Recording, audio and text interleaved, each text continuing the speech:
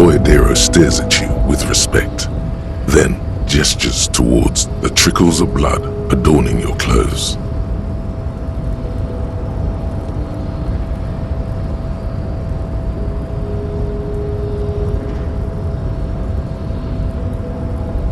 There are types of danger. The one I'm usually concerned with is lung cancer or getting mauled by wildlife, not bullets. It calls back to an older era where this was commonplace though. You have a true Boyadero heart. Hiding, gathering themselves.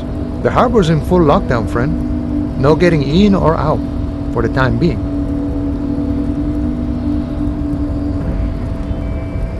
Time will tell. I'll tell Everard you dropped by. I'm sure he'll be glad. I'll be okay here, doing lookout. Quite the sight, aren't they? Getting to like that red I am. Don't worry about me. I live to alleviate the worries of our brothers. See if any insane killers turn up. Then I'll run. And live. I'm sure I'll be luckier than you, friend.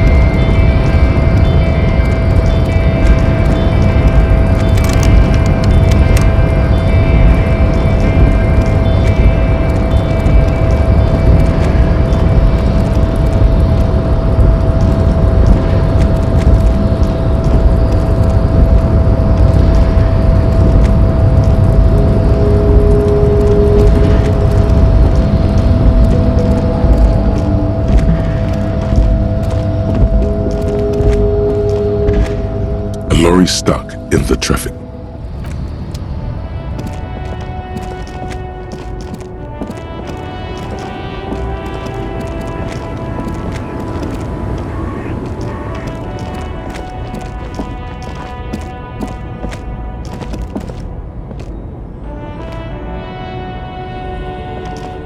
This found A to Z. The smell of cigarettes and perfume. Welcome. Close.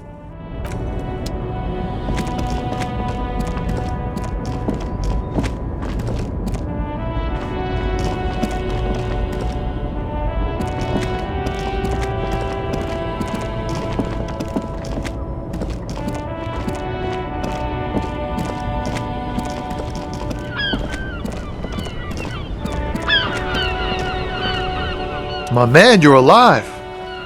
Almost. Kind of. Sort of alive? Man, what a day. I missed out on most of the action, but I heard it was quite the encounter. Had a strong sense of finality to it. So what's next? You guys heading back to Jamrock now? Talk is local union muscle were behind it all. I'd reckon the case is closed, even if it kind of turned into a shit show.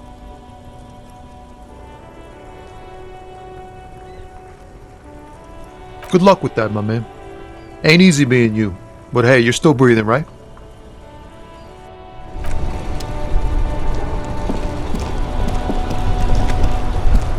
Inside, you see a set of steering levers, a radio microphone, a pull-out toolbox, and the soft glow of the fuel preheater gauge. This is Precinct 57. How may I assist you?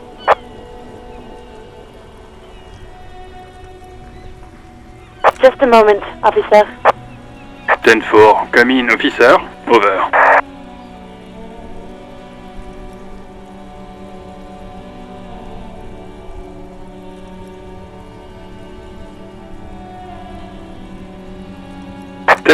Sir. Well, there's been some talk, sir.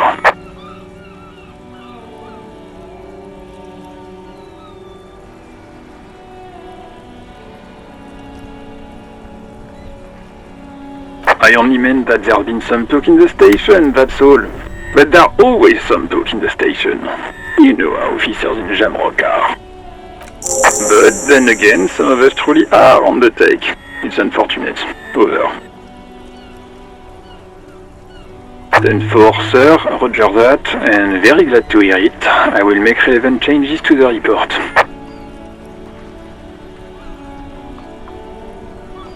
Roger that. 10-10, over and out.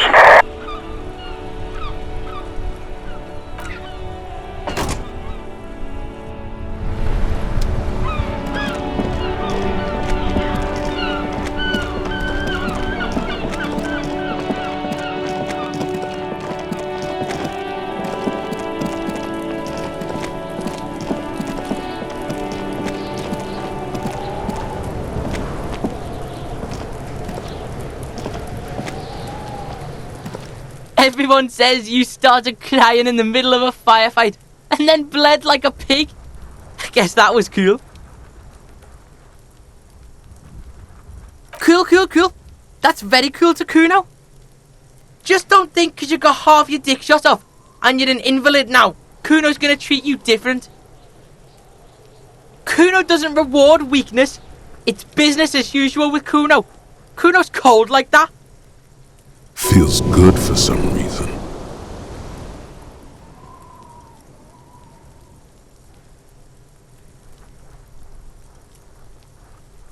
Alright, so you got Kuno's kilo. Here is how we do it. First, you give Kuno Kuno's kilo, then Kuno gives you half back. That's how we split it. It's the best way, street way.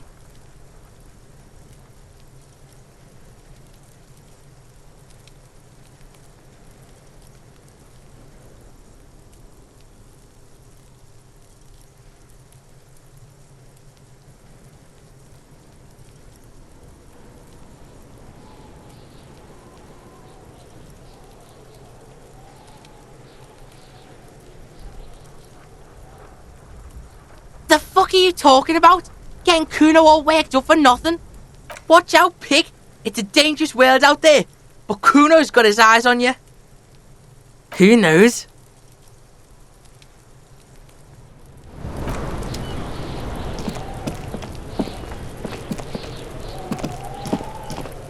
There are several footprints in the mud, left by work boots.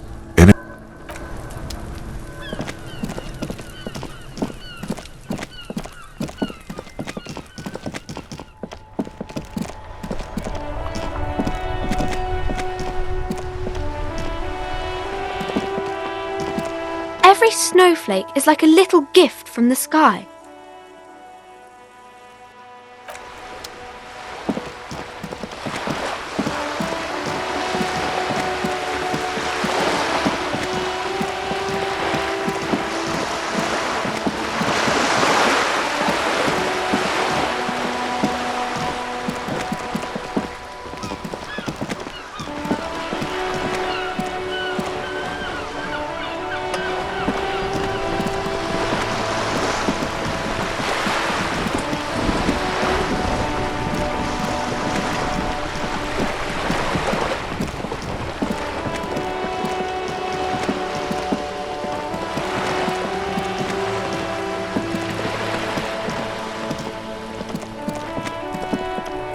Just an ordinary wall.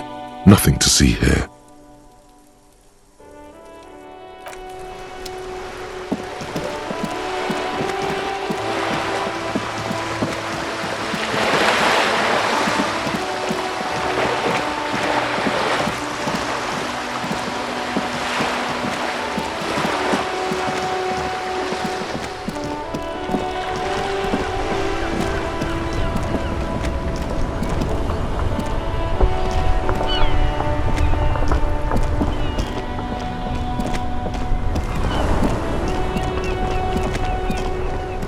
Mon Dieu, officer.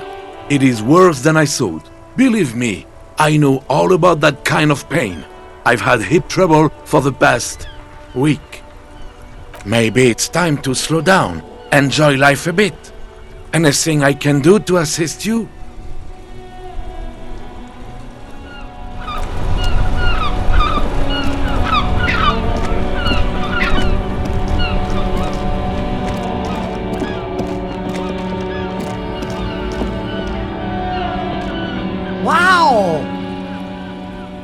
cop limping down the street, bleeding from the shoulder, face bruised, looking like hell? You know what that is? Cool! That's cool!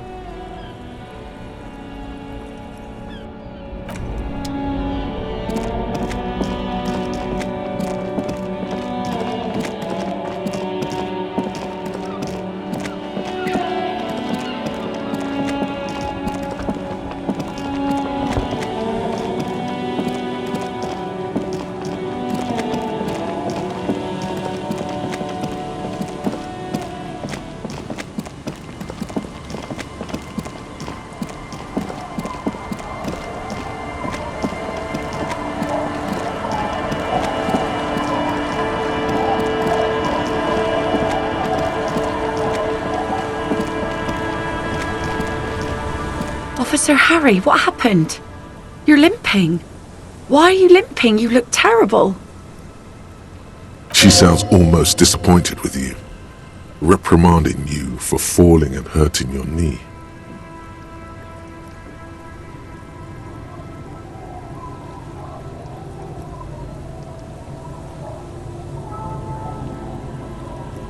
Is this from the shooting in town? We heard gunshots. Not that we don't hear gunshots all the time, but they were closer than usual. There was an exchange of fire on Rue de Saint-Guylaine. It's nothing to be worried about, madame. Of course. Can I help you with something? That won't be a problem. It's wind still and the tar just dried. We've got 2 days of relative sunshine ahead.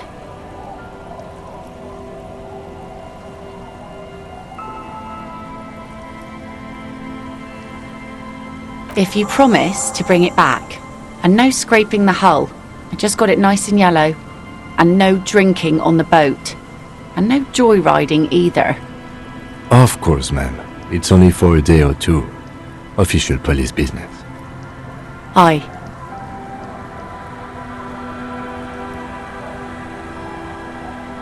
The crow's feet disappear from the corners of her eyes as she smiles at you.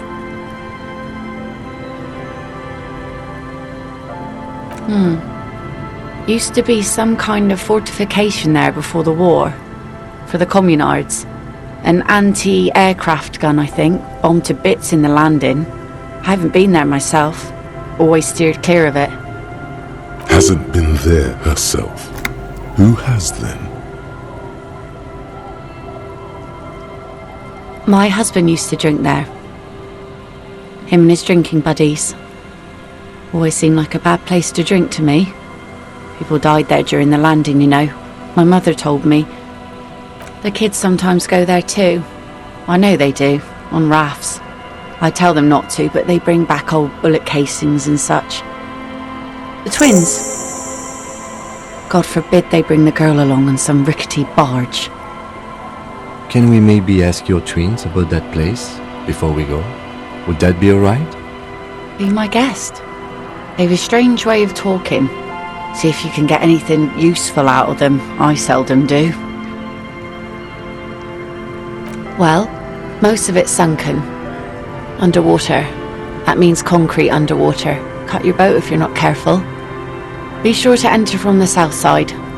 Water's deep there. Aye, aye, Captain.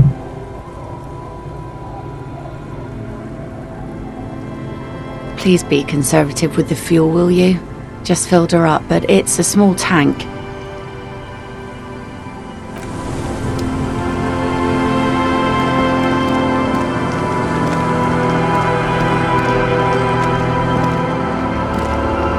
Our tenant, the policeman. I hope the waves don't keep you up at night. What can I help you with?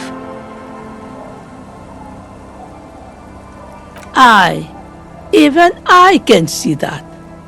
I told you not to bring your trouble with you, policeman. We've got troubles of our own here. Though I suppose you took the worst of it. Turns out you were your own ill omen.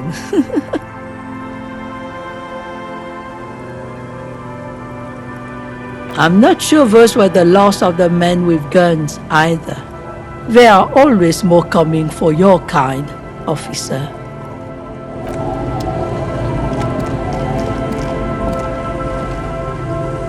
scruffy-haired little boy kicks a stone while the other watches him do it. And that iron.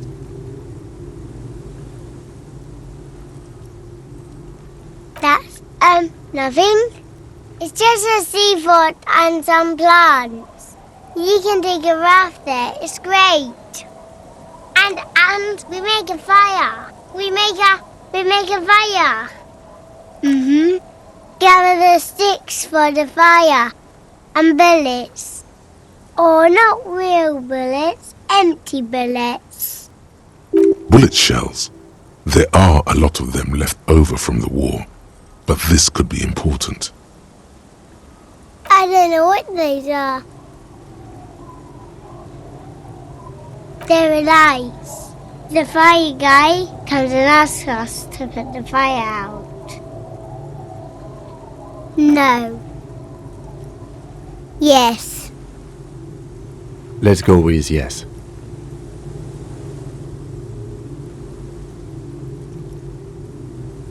Because he asks to put the fire out. I don't know. He doesn't like it. He doesn't like people to be there. You shouldn't go. Yes.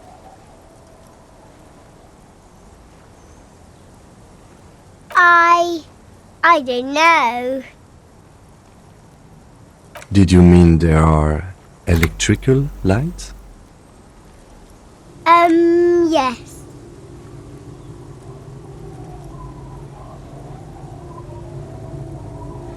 No, he doesn't live there. I don't think. No, he lives there. Been there twice, 2 times. He doesn't live there. He isn't there sometimes. Anything else? What does this guy look like? I don't know. We ran. He just yelled we shouldn't be there.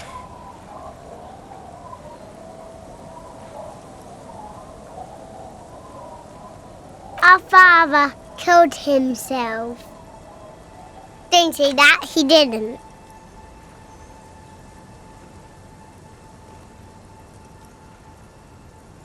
I'm sorry.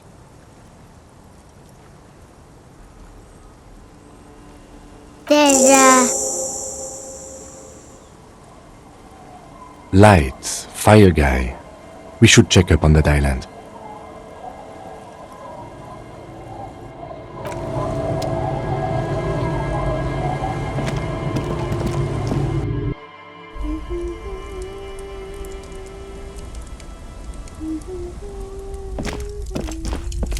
Hello, mister.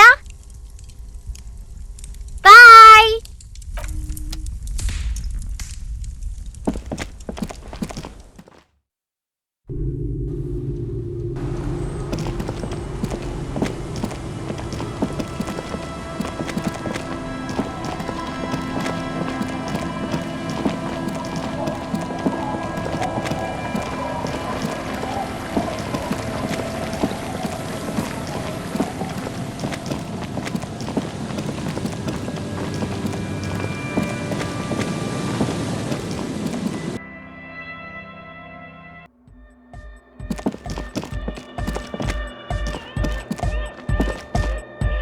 Oh, hey, man. It's good to see you.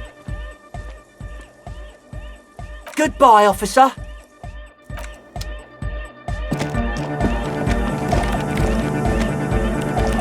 Yes, what is it?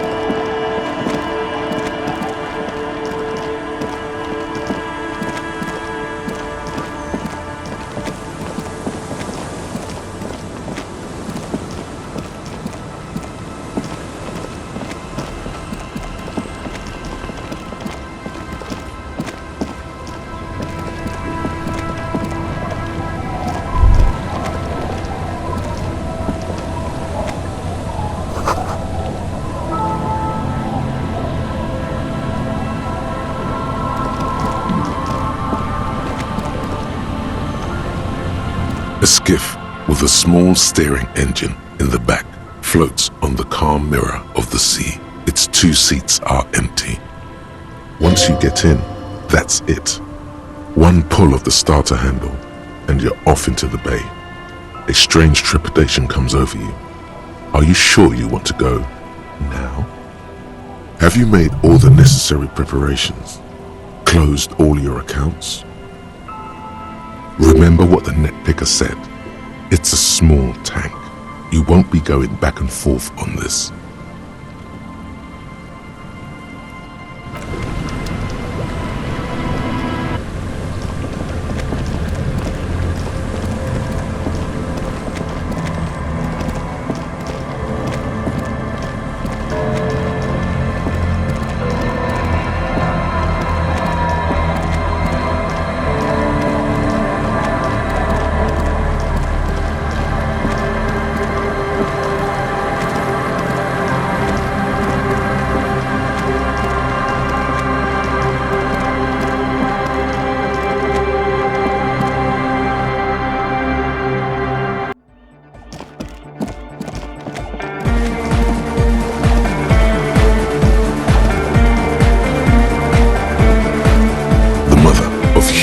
Stands above you, a precious and complex wax painting.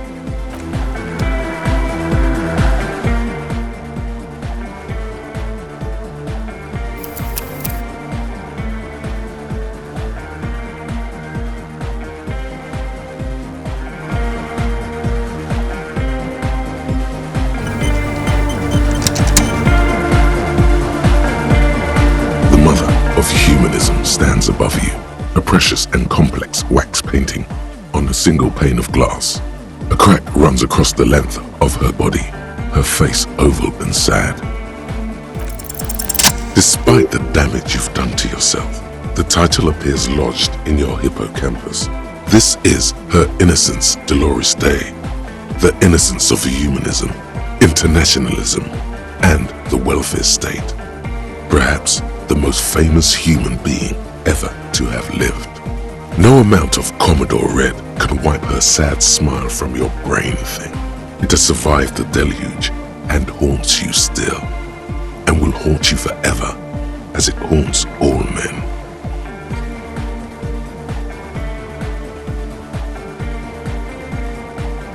"300 years ago, in the wake of the discovery of this Isola, the Insulindian, by explorers from the continent of Muindi, she is, among other things, the innocence of inter-isolary travel and the connected world. Many things, you know she was a woman of the court, the wife of an influential Marchese, and eventually the principal advisor to Irene La Navigateur, Queen of Suresnes, modern-day Sir La Clé, also that she was gorgeous beyond beauty. Draped in ancient sadness. Are you sure you want to remember this bit of historic trivia? Standing under a long, slender form like this, dwarfed? Terribly, women of the court were expected to play both contract bridge and chess sufficiently well to prove an interesting challenge to a man. A simple grasp in matters of philosophy, theology, and science was encouraged. She was, by all means, a kept woman. She made the most of her position in the antediluvian court, a court visited by the most prominent thinkers and artists of the day. In secret, she was becoming the era's preeminent philosopher of the state. A scalpel, a piercing gaze. She was an almost preternaturally magnetic and intelligent individual. To her contemporaries, she appeared out of time, a messenger from the future of the species. We all fell in love with her, head over heels. Even before she was declared an innocence, her influence was tremendous. It was on her advice that Irene La Navigateur sponsored a number of voyages into the Pale. A costly, often tragic endeavor, ultimately vindicated by the discovery of the new world, the piece of reality you're standing on. She was crowned 2 years after the first expedition returned. setting in motion what is widely considered the greatest era in history. The DeLorean era. Wow, indeed. When her innocence was declared and the queen she had advised for years fell on her knees before her, she was so overcome with emotion that her lungs started glowing in her chest. Bystanders reported golden filaments lighting the already sunlit chamber around her, clearly visible beneath her dress. That is why the lungs are the symbol of love for the cultures of the Real Belt.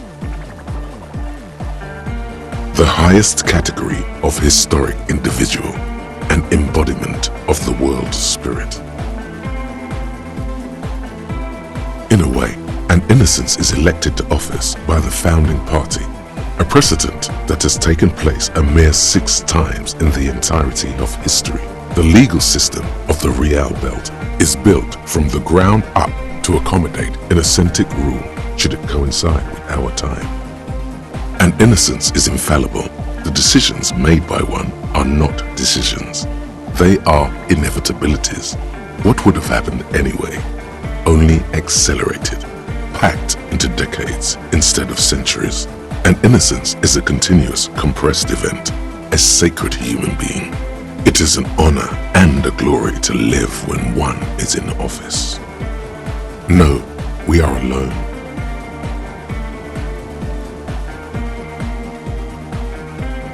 As did we all.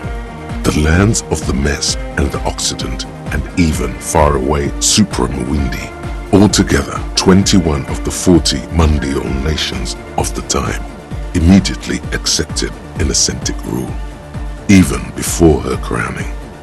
In a city called Advesperaskit in Vespa Messina, her homeland, the name of the city means evening comes, but it happened on a winter's morning, with the canals frozen and slush falling out of the sky. She was dressed in a white and pearl dress on an emptied-out plaza with the crowd far away. Already, her Theriers, the secret servicemen of the Innocents, were worried about an assassination attempt. Oh yes, she looked like humanity's young mother, a perfect mother, insultingly beautiful. It was as if her face and shoulders and hands were covered in a soft down of underfeathers. You know this well, very well. Midwinter snow was beating the cobblestones around her. A small attaché of officials stood by as her Theriers placed a white gold wreath on her head. The crowning was mostly witnessed by secret servicemen. One of the men in this secret service killed her 22 years later. A young man who had come to suspect that Dolores Day was not entirely human, but something else. Something that had walked in our midst, watching us stumble for hundreds, if not thousands of years, until it decided to interfere in the course of our history. We were supposed to come up with this ourselves, the man was reported to have screamed at the Innocents. Dolores Day was shot in the chest with a fowling piece 8 times. The man, thought to be insane, said he once touched her and her body had been unnaturally warm, like a furnace, and that sometimes, while on duty, he observed her forgetting to breathe for over 10 minutes. This inhuman quality was witnessed by many others as well, glowing lungs and all. It is commonly attributed to mass hysteria and religious psychology. Terrifying is a term too emotionally charged for your semantic memory, or what remains of it. But terrifying, it's a simple word. She was bad for humanity, and you shouldn't have started thinking about her.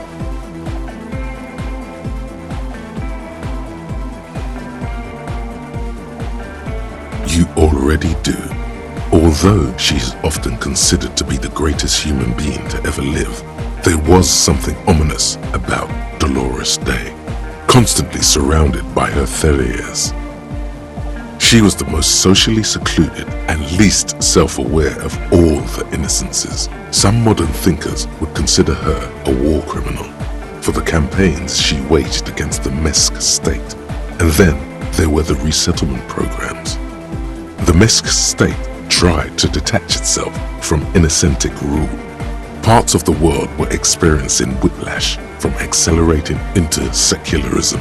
Her mandatory education programs and mass resettlement of upstream Marguerite were problematic as well. Dissenters were suppressed by a military force she called the Army of Humanity. She adored chess, yes, but also military war games. Dolores Day often holds a tiny tin soldier between her index finger and thumb in icons such as this. She was also blonde, the blondest woman you have ever seen, with green eyes the color of the Pacific, mare interregnum. Little is known of her Marchese husband. It's as if he vanished from history after completing his role, which was to introduce Dolores Day to court. In conclusion, yes, there is something lonely, paranoid, and even terrifying that people seldom mention, but feel when they think of her. This subtle terror is part of her iconography. Lieutenant Yefreiter, you've stood there for over 5 minutes. What are you thinking of, if I may ask?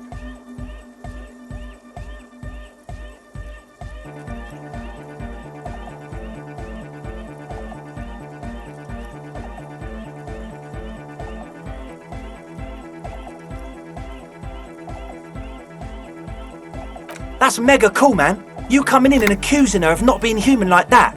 Right on, man. Right on. She was inhuman. You've got a critical mind, cop, man. Yo, Andre, we should board that window up. No one wants that spooky shit when they're dancing. How about we don't do that, Noid? She looks cool.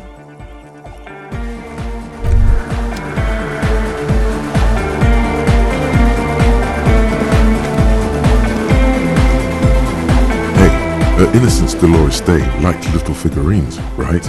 Liked holding little men between her fingers, remember? You have the headless Falcon Rider figurine. You should give it to her. Win her back.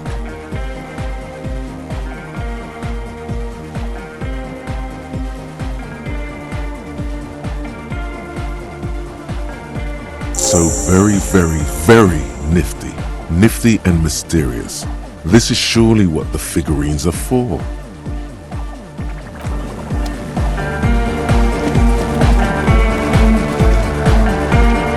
The mother of humanism stands above you, a precious and complex wax painting on a single pane of glass. A crack runs across the length of her body, her face oval and sad. Why? That does seem to be a problem.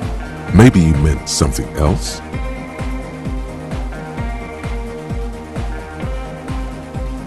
The mother of humanism towers above you, a wax painting on a cracked pane of glass.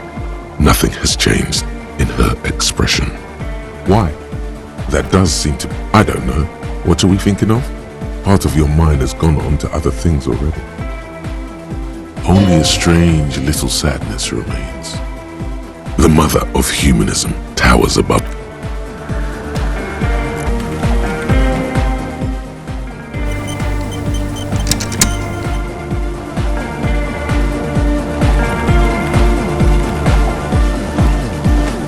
Yes, what is it?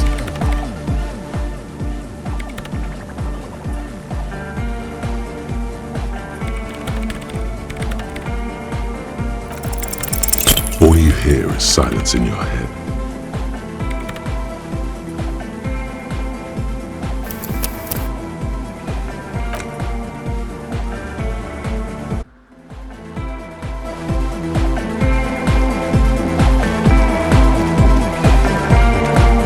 Yo, man, what's on your mind? Dead body, spirit entered. What is there to talk of?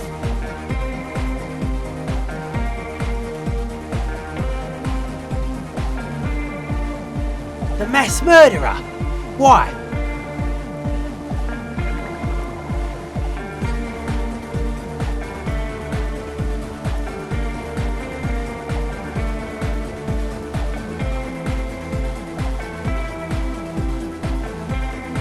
The world spirit does not have a body. It has organs.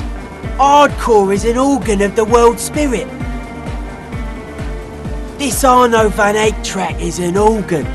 The carpentry and glass cutting that built this house are also organs. She's a thief, if you ask me.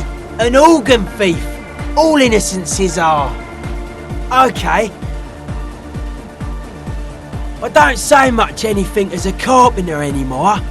They tried to make me into a reckoner and a leveller. Made me a bit manic, you know. I regret the time I dedicated to that profession and that worker collective. I say things more as a member of the hardcore side dance community these days. Why? You're a cop. I carry carpentry tools. Sure.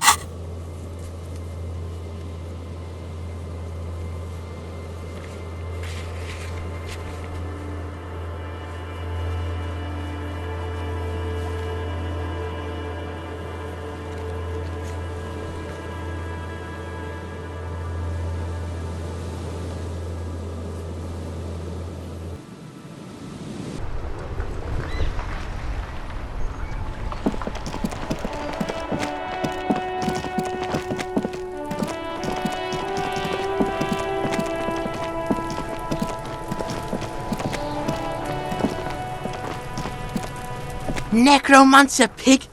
That shit was dark. Going in there like that. Oh, brutal shit. Tell me. Kuno dies. You're gonna pick one out of his brain like that too? Kuno's gonna go out in a hail of bullets. Gonna look like a fucking porcupine. Porta Rosa, a side alley of the Boogie Street Spearhead. A young man in his early 20s approaches patrol officer Emile Mullins and asks for a cigarette. As Officer Mullins reaches in his coat pocket for the pack of Astra he just purchased this morning, the man shoots him point blank in his chest. Breathless, the patrol officer collapses in the gutter. His right hand is grabbing the armor on his chest. The bullet didn't pierce it, but he can't breathe. On the pavement, the patter of the perpetrator's feet growing distant. "Bleed, pig," someone opens a window and says, but Emile cannot see who. His sight grows dim with pain.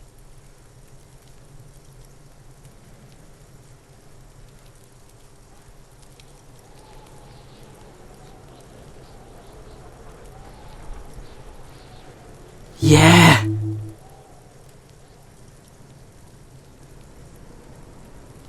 Alright, so that's how we split it. It's the best way. Street way.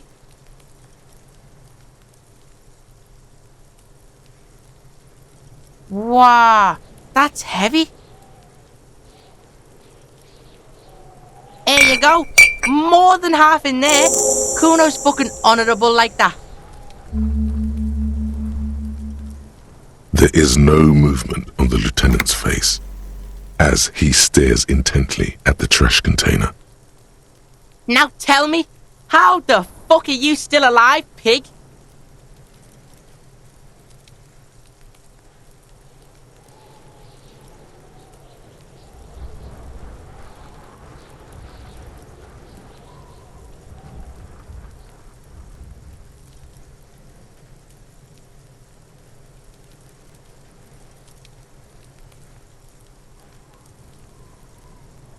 Yeah, you do some Sambo shit, sneak in. Is the hooker thing real?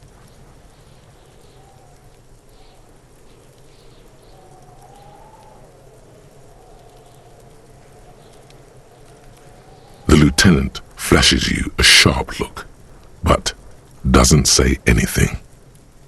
Fuck out of here. Kuno made that shit up to demean you. Look, pigs. Kuno gets it. You don't want to talk about it. Close quarters combat shit. Kuno doesn't want to talk about it either. Combat trauma shit. That room was so small. To be stuck in there with him, not an easy fight for a kid. You got lucky. Kuno's dad was out getting more drink. Kuno knew that. That's why he sent you. Kuno cares about his pig. Doesn't want his pig to get hurt.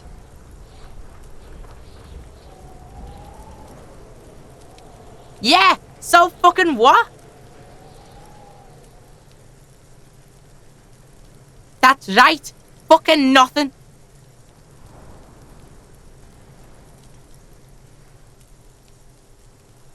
Yeah, pig.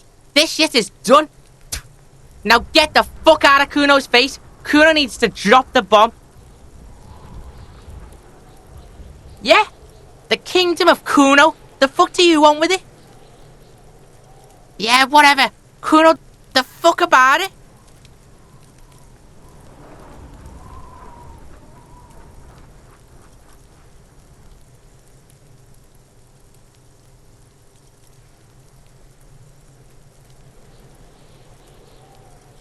You're testing Kuno's patience here. Get lost,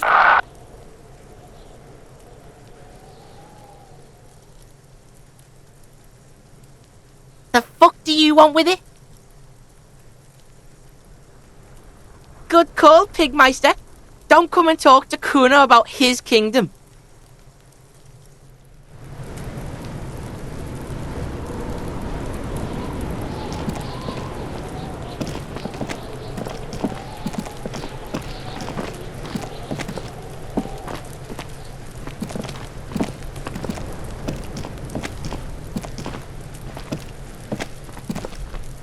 There are several footprints in the mud, left by work boots. Anywhere from 6 to 12 pairs have walked here.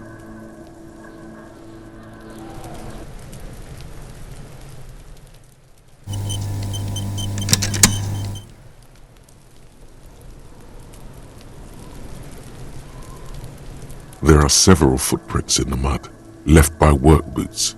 Anywhere from 6 to 12 pairs have walked here. 8 pairs of boots have shuffled back and forth in the mud. Where else have we seen a gang of men in work boots? That's right, the hardy boys in the mess hall of whirling in rags. 1. Standard work boot. Steel reinforced toes. Number 46. Just like Titus was wearing in his booth. This is the big dick, Titus Hardy. The one with the bald cap on his head. Is it? They didn't even bother to change boots. Putting them on the scene is easy, maybe even too easy. 2. Standard work boot, steel reinforced toes, number 44. Either the blonde muscular guy, Glenn, or the young guy with a plectrum around his neck. 3. Hobnailed work boot, steel reinforced toes, number 43. The inked banger, perhaps. 4. Standard work boot, number 45 or 46. Theo, the old smoker. You think you even see a tiny fleck of cigarette ash inside the print. 5. Another standard work boot, reinforced toes, number 44. Same as before. Either the musician, Eugene, or the muscle-bound blonde, Glenn. 6. Light as air, same make of boot, but number 41. Small like a rat, shanky. Better late than never, detective. The whole world is dark and the tracks burn in it with strange beauty. 7. The glowing outline of a standard work boot, number 46. The imprints are twice as deep as the others. The weight exceeds 200 kilograms. Fat Angus, carrying something. 8. Another standard work boot, number 44.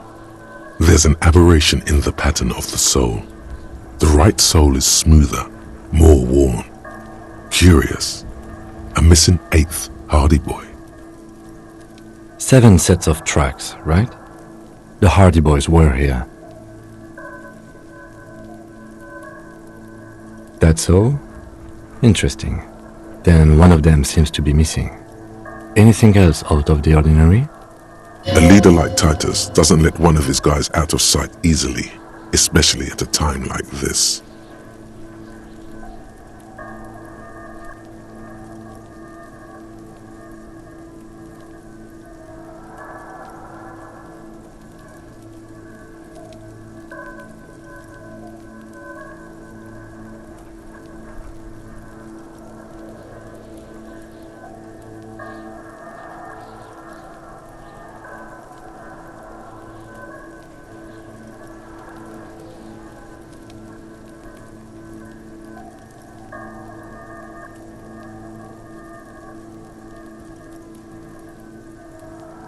Interesting. Let's name it the Old Soul. I wouldn't be surprised if this was the missing Hardy boy. Wonder who he is. Oh, this one's easy. Way too easy. It's a driver. With a piece of sandpaper glued to the throttle. Which means that the missing lady driver was also present at the lynching? That's it. She's the Old Soul. She is. And now we have concrete evidence binding everything together. We should ask Titus about this. I'm guessing that's the skinny Hardy boy. The one with his front teeth missing. I could still be wrong, but I'm probably not. 200. This could be the combined weight of two people, one carrying the other who's tied up. Let's say a heavily built worker carrying a similarly built armored man. Maybe it was a fat Hardy boy, the one sitting in the middle. He might be right. 200 kilograms of living weight is unlikely.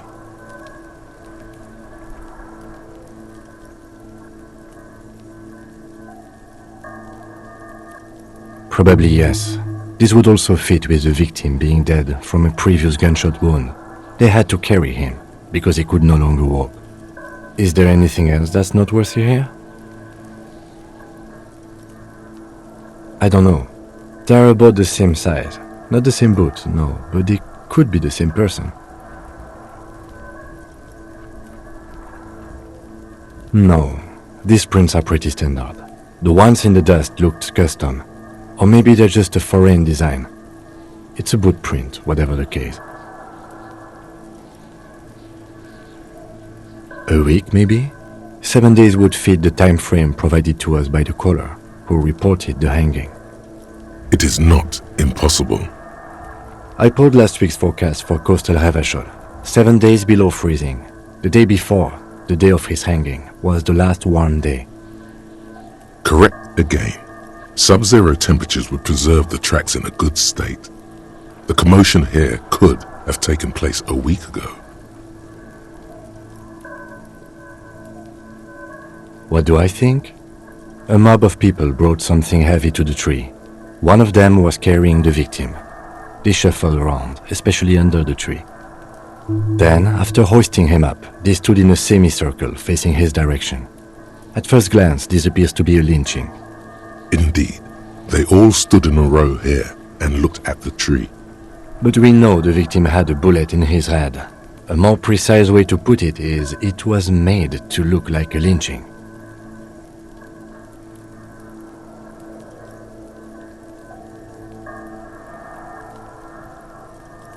Exactly. They had to perform it to whoever was looking, the whole neighborhood, I suppose. And us too.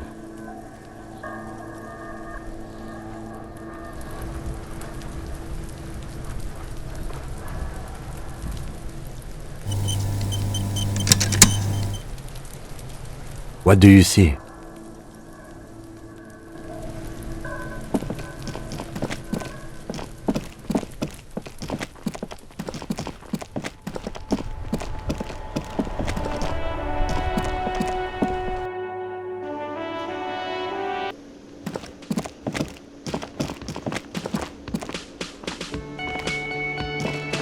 The man stares at you with spite in his eyes. Couldn't help you even if I wanted to. The whole harbor is in lockdown. I never had sent word to sit tight and wait for instructions.